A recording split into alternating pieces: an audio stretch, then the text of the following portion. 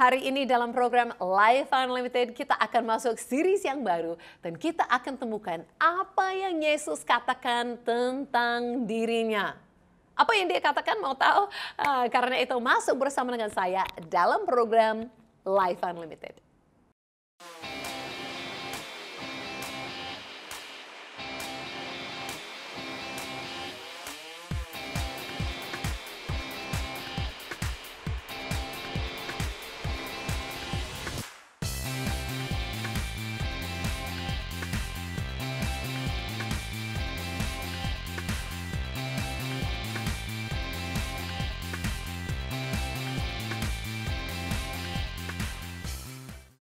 Ya, halo dan selamat berjumpa kembali kepada semua pemirsa Life Unlimited dimanapun berada. Saya Susan Hoover, host untuk program Life Unlimited ini. Mau ucapkan terima kasih kepada semua pemirsa yang setia dan luar biasa sekali ya. Yang sering hubungi kami, kasih dorongan kepada kami, kasih semangat kepada kami supaya program ini terus berjalan. Kami sangat bersyukur sekali pada akhir tahun ini atas semua kebaikan Tuhan bisa jalani tahun lalu dan masuk tahun baru ini. Wah, luar biasa sekali semuanya. Tuhan pasti sediakan di depan kita. Ya, kalau kita sudah masuk sesuatu yang baru, kita juga masuk series yang baru. Ya, betul sekali dalam tahun baru kita masuk series yang baru. Tapi sebelumnya, saya mau baca satu kesaksian. Saya baru dapat kesaksian ini semalam ya, baru-baru sekali ini saya dapat dari permintaan doa beberapa minggu yang lalu. Ada kabar baik yang diterima. Nah, saya ucapkan terima kasih sekali lagi kepada semua pemirsa sering hubungin kami. Dan kalau ada yang minta doa, setelah didoakan, sering kembalikan lagi kepada kami kabar-kabar yang baik. Kesaksian-kesaksian apa yang Tuhan sudah lakukan.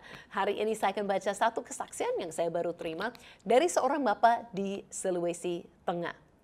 Ini katanya, dia berkata selamat malam ya. Kami keluarga mengucapkan banyak terima kasih atas dukungan doa yang telah disampaikan beberapa minggu yang lalu.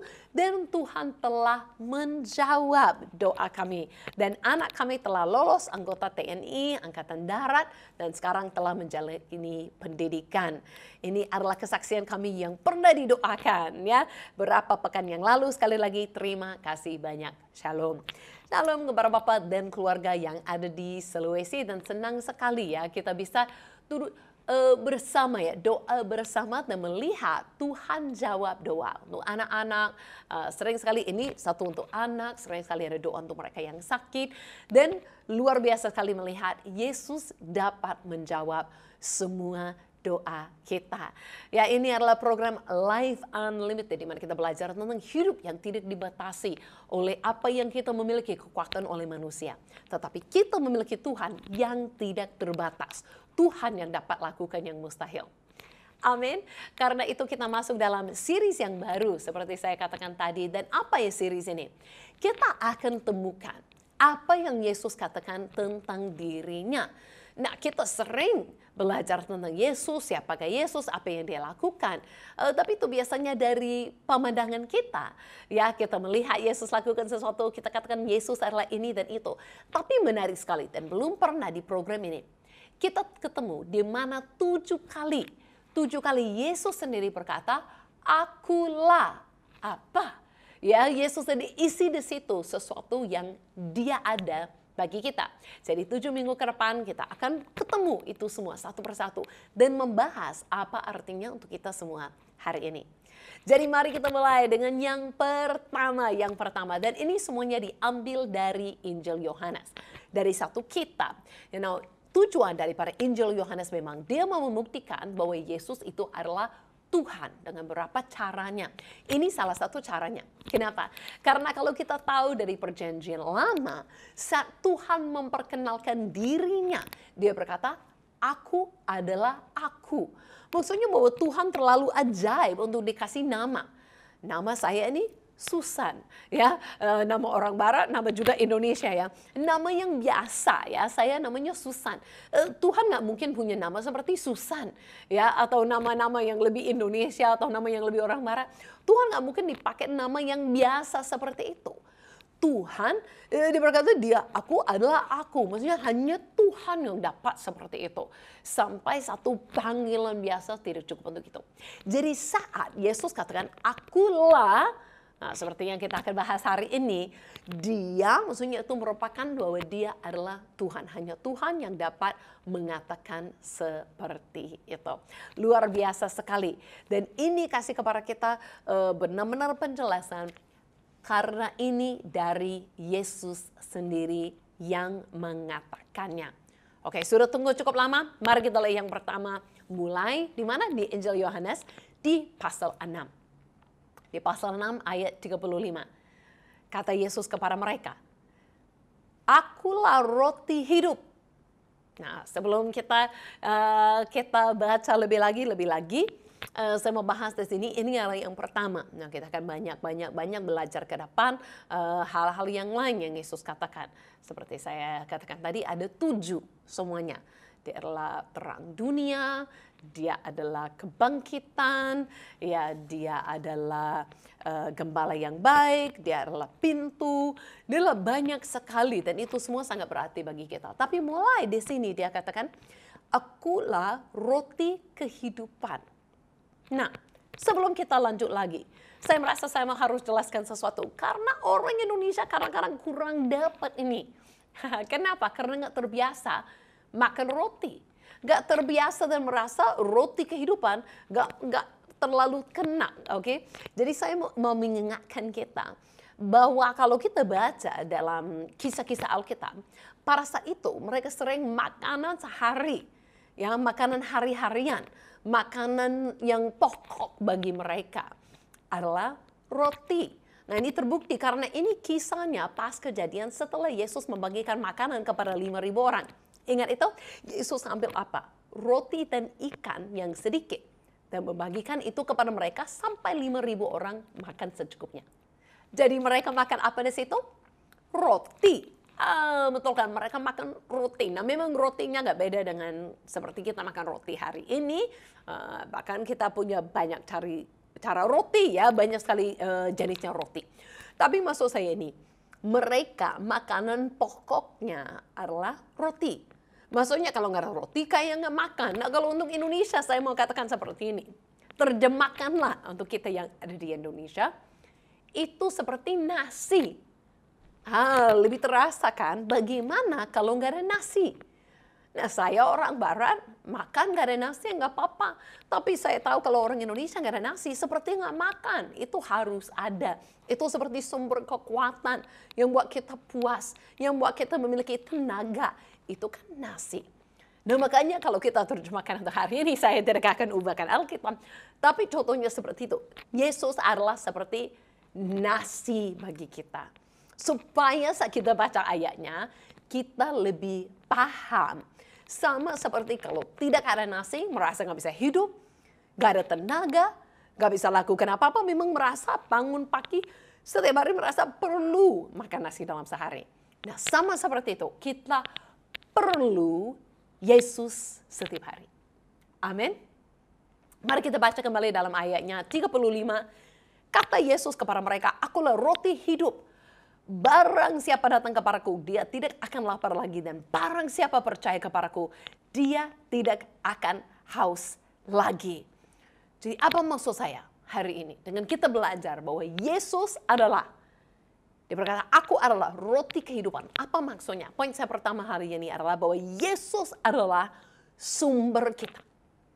Itu maksudnya bahwa Yesus katakan, akulah roti hidup. Maksudnya, kalau cari-cari roti untuk hidup, itu untuk tubuh jasmanimu. Tapi menurut Yesus, untuk memiliki hidup yang sesungguhnya.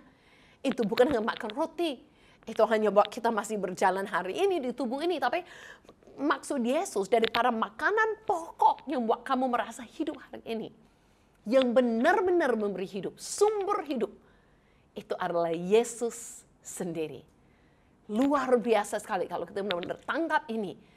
Dan daripada kita hanya cari makanan di dunia ini, mau buat perut kenyang atau memberi tenaga, mau buat kita masih jalan hari ini, kita harus sadar lebih lagi untuk hidup yang sesungguhnya. lebih daripada hanya masih bernafas di tubuh hari ini, tapi hidup yang sesungguhnya bersama dengan Tuhan, sumbernya adalah Yesus. Nah, kalau sudah makan nasi beberapa kali hari ini, ya, orang Indonesia suka tanya kalau jumpa ya. Biasanya katakan apa? Apa kabar? Sudah makan? Ya, selalu tanyakan sudah makan. Ya, kalau sudah makan itu kan biasanya itu yang selalu dalam pikiran kita. Makan, cari nasi.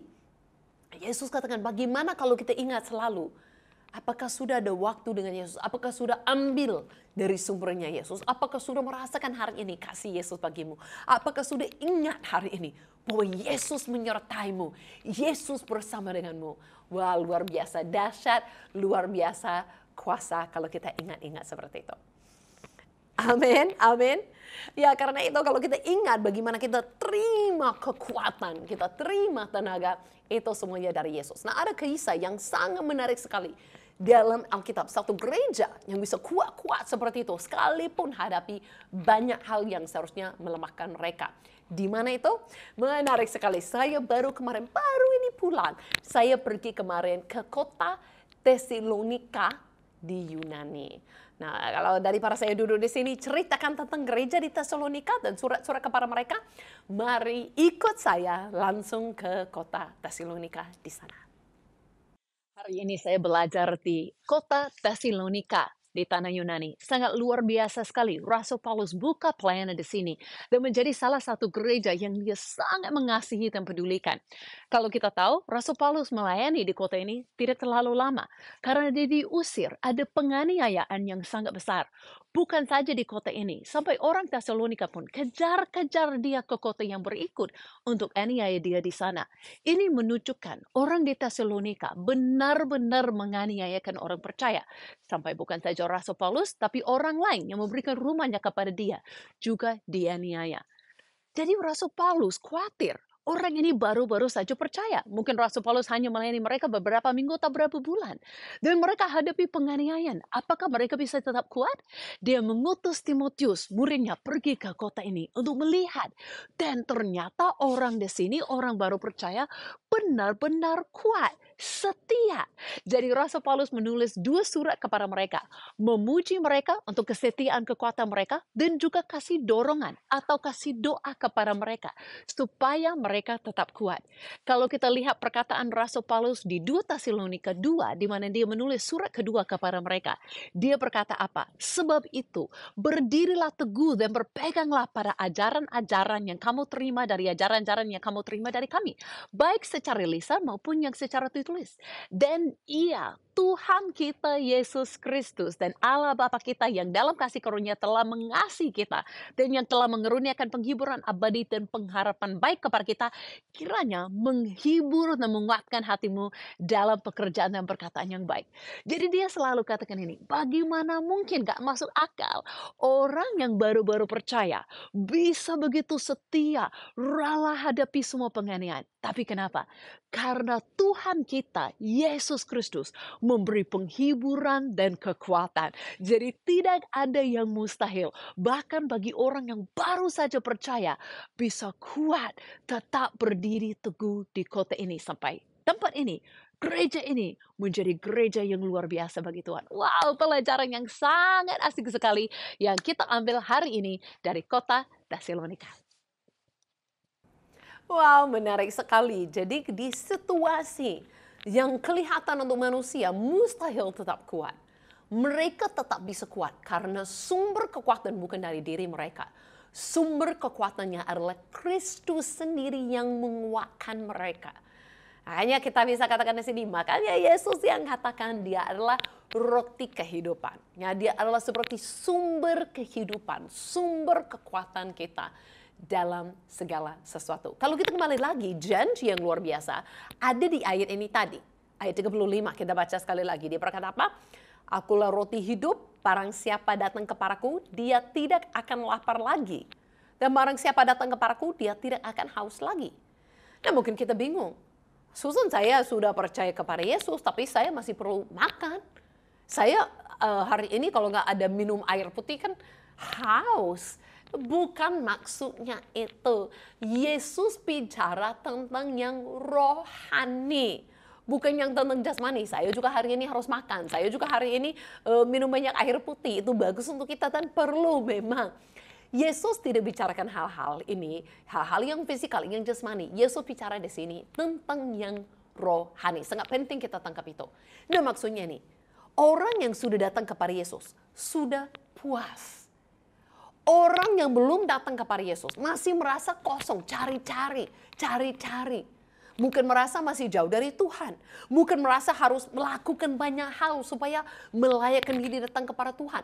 Mungkin masih orang yang bergumul. Merasa kosong, merasa belum dapat apa-apa di hadapan Tuhan. Nah saat kita datang kepada Yesus dan kita tahu Yesus yang sudah mengasihi kita, sudah mati bagi kita, sudah bangkit bagi kita, mengutus rohnya bagi kita. Kita bisa merasa penuh dengan hadirat Tuhan. Kita bisa merasa bahwa semua yang kita cari, solusi dan jawabannya adalah pribadi Yesus. Dan di situ kita tidak merasa haus dan lapar lagi. Ya maksudnya di situ kita merasa sudah kenyang, sudah puas, sudah temukan solusi ada di dalam Yesus Kristus. Nah saat orang lain dengar Yesus katakan seperti ini, mereka nggak enak. Mereka bersungut-sungut karena mereka tidak suka. Karena Yesus katakan bahwa dia adalah roti yang turun dari surga. Jadi Yesus kasih jelasan. Kalau kita lompat sedikit kepada ayat 48, dia berkata, akulah roti hidup. Nah, katakan sekali lagi, sudah 2 kali ya. Nenek moyangmu telah makan mana di padang gurun dan mereka telah mati. Inilah roti yang turun dari surga. Barang siapa makan daripadanya, dia tidak akan mati. Akulah roti hidup yang telah turun dari surga. Jikalau seorang makan dari roti ini, dia akan hidup selama-lamanya. Dan roti yang kuberikan adalah dagingku yang kuberikan untuk hidup dunia. Nah maksudnya Yesus di sini, dia kembalikan ke sejarah. Karena mereka pikir kalau roti turun dari surga, mereka pikir kembali lagi kepada roti benar-benar jasmani yang dapat dimakan. Jadi mereka ingat, oh bangsa Israel keliling di padang gurun. Itu ada mana memang seperti turun dari langit, turun dari surga. Itu yang makan, jadi itu roti dari surga. Tapi Yesus jawab, no. Itu masih roti untuk sementara. Mereka makan berapa kali sehari. Dan itu mereka masih mati, itu masih untuk tubuh ini. Yesus bicarakan yang rohani. Oke, Yesus bicarakan yang rohani, jadi maksud Yesus, dia sendiri adalah sumber kita turun dari surga. Saat kita datang menerima Yesus, kita akan temukan solusi bagi hidup yang kekal. Keselamatan itu hanya ada di dalam Yesus. Di mana satu hari apapun yang kita makan, nah, usahakanlah makan sehat-sehat ya. Tapi apapun yang kita makan, satu hari tubuh ini akan mati. Tubuh ini akan habis di dunia ini. Tapi kepercayaan iman kepada Yesus tidak pernah akan mati. Ya, dan roh kita akan hidup yang kekal. Selama-lamanya diselamatkan bersama dengan Yesus di surga. Jadi kita harus tahu apa yang maksud Yesus di sini. Ya sangat luar biasa jawaban Yesus kepada kita di sini. Kepuasan kita yang kita cari di dunia ini, tidak hatimu yang kosong itu, tidak dapat diisi dengan berapa banyak uangnya pun, dengan hal-hal milik-milik, dengan hidup yang baik, sesuatu yang baik yang dicari. Bahkan banyak orang merasa kalau nanti sudah tamat dari kuliah, sudah menikah, sudah punya anak, yang kosong di sini, yang merasa nggak ada tujuan, yang merasa kosong, nggak ada harapan, itu dapat diisi dengan sesuatu. Apapun itu, orang yang terbaik di dunia, uang semua yang ada di dunia, apapun itu, tidak dapat mengisi yang kosong itu dalam hidupmu. Hanya satu hal yang bisa membuatmu merasa puas, tidak haus dan lapar, tidak kejar-kejaran. Itu adalah hubungan yang intim dari Yesus Kristus, Juru Selamat kita. Amin. Amin. Karena itu kita sering ingat, berkata di sini, tubuh dan darah Yesus. Kita sering ingat apa yang Yesus lakukan bagi kita. Nah, saat kita mau merasakan bukan kasih Tuhan, saat kita mau merasakan dekat kepada Tuhan, salah satu caranya memang selalu ada ingat korbannya, ingat apa yang dia lakukan bagi kita. Bahwa Yesus disalibkan, ambil semua dosa kita, ambil posisi hukuman kita. Dan dia juga bangkit bagi kita, naik ke surga, dan mengutus rohnya datang kepada kita, supaya kita semua bisa memiliki hadiratnya dalam kehidupan kita. Jadi apa yang kita lakukan untuk menghargai itu, kita ingat selalu akan apa yang dia telah lakukan. Karena itu kita bisa masuk saat ini dalam satu lagu penyembahan yang sangat indah sekali. Bahasa Inggris namanya Remembrance. Artinya kita ingat akan apa yang dia telah lakukan. Bahkan lagu ini pas berbicara tentang ayat-ayat ini. Bahwa Yesus adalah roti kehidupan. Mari kita ikut lagu ini bersama-sama. I take the bread of life, broken for all my sin. Your body crucified to make me whole again. I will recall that cup poured out in sacrifice to trade this sinner's sin for your new covenant. Hallelujah. I live my life in remembrance. Hallelujah. Your promise I won't forget.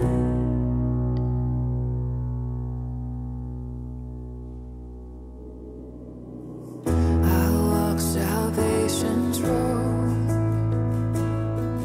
with fear and trembling. Your way born as my own, as Christ is formed in me. Hallelujah. I live my life in remembrance. Hallelujah. Your promise I won't forget. Amin, amin. Nah, sering sekali kalau di gereja kami gunakan lagu itu pas saat ambil perjamuan kudus. Nah, kenapa perjamuan kudus? Ya, kalau ingat perjamuan kudus itu yang kita gunakan kan dengan minggu itu adalah roti dan anggur, ya, atau cawan kita katakan kalau bukan anggur yang sesungguhnya, ya, roti dan anggur. Nah, ini melambangkan seperti apa yang Yesus katakan di sini. Ayat yang kita baca tadi, banyak orang salah pengertian. Karena Yesus katakan tadi dalam ayat 51, akulah roti hidup yang telah turun dari surga. Jikalau seorang makan dari roti ini, dia akan hidup selama-lamanya. Dan roti yang kuberikan itu adalah daging dan yang kuberikan untuk hidup dunia. Bahkan yang selanjutnya dia pun berkata tentang orang yang akan makan dagingnya dan minum darahnya. Nah, orang semua heboh saat dengar itu. Mereka pikir Yesus suruh mereka jadi kanibal. Yesus tidak suruh dan tidak minta siapa-siapa jadi kanibal. Jangan salah. Itu sangat salah sekali. Mana mungkin. Ya, saya tahu dulu ada beberapa suku di Indonesia kanibal dan semuanya suruh berhenti itu. Semuanya tidak melakukan itu lagi. Dan bukan itu maksud Yesus. Karena Yesus bicara tentang hal-hal rohani. Yang Yesus lakukan di sini adalah maksudnya adalah menerima dari dia. Menerima dia sendiri. Nah, dia memberikan hidupnya.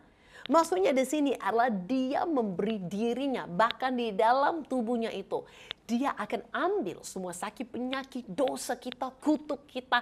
Memang Yesus lakukan segala sesuatu rohani, tapi dalam tubuhnya itu sendiri pun, dan darahnya sendiri itu pun, akan dia alami semuanya di salibnya bagi kita. Dia akan ambil setiap sakit penyakit di dalam tubuhnya, menggantikan daripada kita, supaya kita terima tubuhnya yang sehat.